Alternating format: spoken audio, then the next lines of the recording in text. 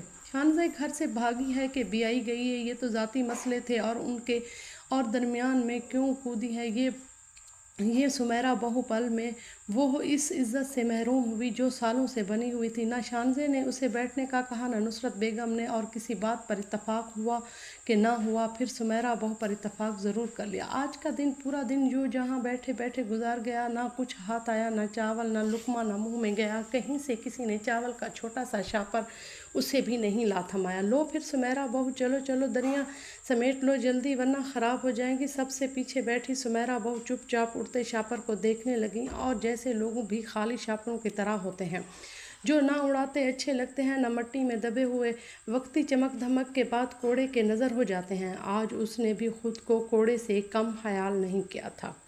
ہماری کہانی کو لائک کیجیے گا، سبسکرائب کیجیے گا، کمنٹ میں بھی بتائیے گا کہ آپ کو ہماری ویڈیو کیسی لگتی ہیں۔ شکریہ۔